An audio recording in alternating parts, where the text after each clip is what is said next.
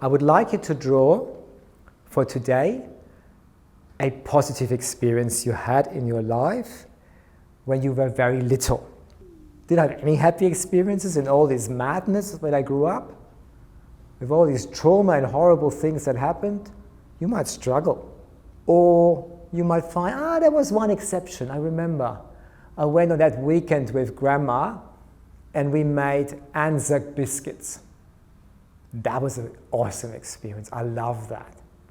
She had all this time for me. We were in her kitchen. She was wearing her apron, her old kitchen, and we played there. We played with the dough, and then we ate the biscuits and laughed and had such a good time together. So you're aiming for finding this one experience when you were very little as you can remember, and draw that.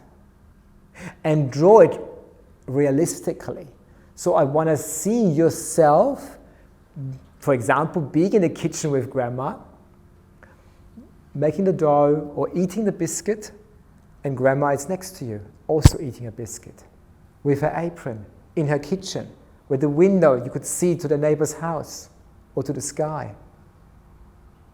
It needs to be realistic. So somebody basically coming to your experience you had when you were 5 or 6 years old, and it went on camera and pick.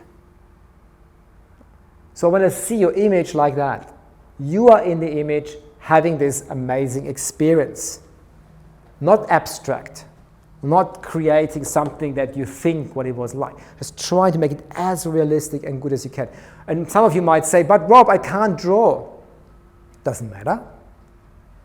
Draw as good as you can. Just use your best abilities. Don't take it too simple, yeah? So some people think, I can't draw. You know, you might say, I can't draw. So I'm giving you this here. That's me with my Anzac biscuits.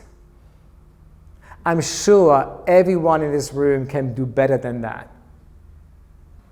You go into your memory.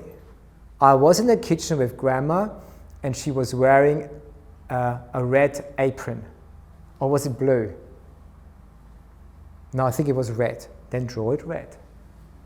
It doesn't matter if it's right or wrong, but what matters is that you're trying hard to remember. So the right information will come to you. Even it might not be right or wrong, blue or red. That's not the point. But the point is that you're trying to remember it well, as good as you can, and draw it as clear as you can. Most of the work is done by your unconscious. But I don't want you to think about that. Like clients never think about the unconscious. They just have the task for me, draw it as good as you can. And remember it as well as you can.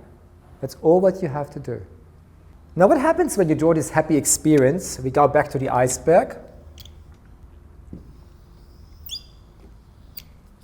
We go back to the iceberg here. Something is really interesting.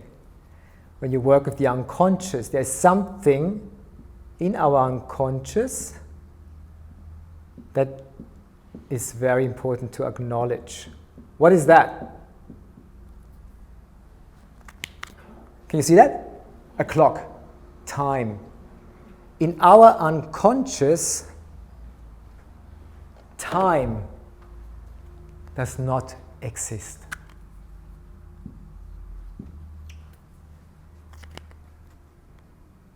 Doesn't exist.